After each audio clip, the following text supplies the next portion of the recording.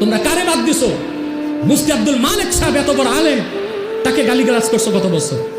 মুফতি কামাল রাশেদি বাংলাদেশের সেরা মুফতিদের একজন, তার বিরোধিতা করো। তোমাদের বিরুদ্ধে ফতুয়া গেলেই মুফতি ভালো না। কখন উনি তো আমাদের না। এখনো বাংলাদেশে কিছু ভণ্ড পীরের অনুসারীদের মধ্যে আমরা দেখি, যখন ফতুয়া পক্ষে থাকে বাহবা, বিপক্ষে গেলে বেদাতি। কথা বলেন, ফতুয়া পক্ষে থাকলে মারহাবা, আর বিপক্ষে গেলে কবে যাবা। পেশি শক্তি দেখায়, দুটো খাইবা, দুধের সর খাইবা, রাজনীতি করবা করো, সুন্নত তরিকায় করো। পশ্চিমাদের গোলামি করে, আব্রাহাম লিঙ্কনের অনুসরণে রাজনীতি করে ওইটারে আবার জিহাদ বলবা, কুফর। 1,00,000 বার বলবো কুফর। হ্যাঁ, নির্বাচন সেটা আমার ফতোয়া আর ওলামায়ে দেওবন্দের ফতোয়া এক।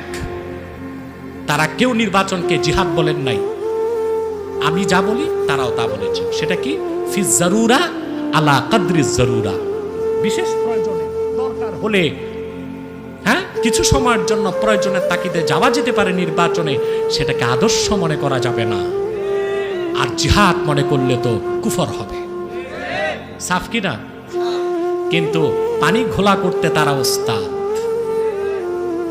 আমি এই ক্ষেত্রে ওই যে আমার নীতি ওইটা, কুছ পারওয়া না করো, হিম্মত সে আগে বাড়ো। কে কি বল? আচ্ছা বলেন তো ভাই, আপনি সামনের দিকে চলতেছেন, একজন আপনাকে একটা কথা বললো, আপনি থেমে জবাব দিলেন। একটু গেছেন, আরেকজন কিছু বলল, আপনি জবাব দিলেন। এতে আপনার আগে বাড়তে দেরি হবে?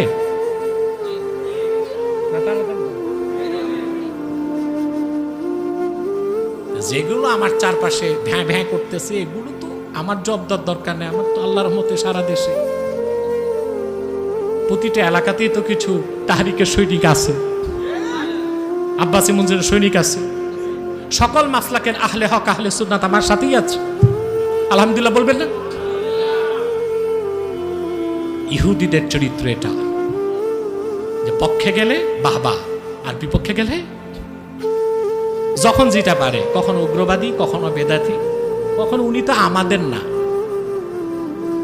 তা আমি কখন বলছি আমি তোমাদের? আমি কারো না, তোমরা সবাই আমার।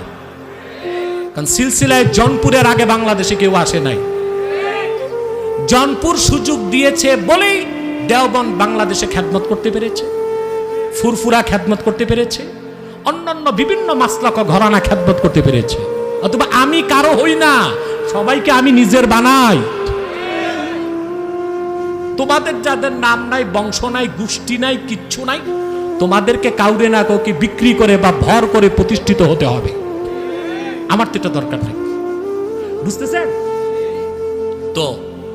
আব্দুল্লাহ ইবনে সালামকে তারা প্রশংসা করলো যে তিনিও ভালো, তার পিতাও। আর যখনই তিনি মুসলমান হিসেবে ঘোষণা দিলেন, বললেন তিনিও খারাপ, তার বাবাও। নজরুল্লাহ বলবেন। এই চরিত্রের মানুষ এখন আছে না নাই? তাদের থেকে সাবধান, তাদের থেকে মনে থাকবে।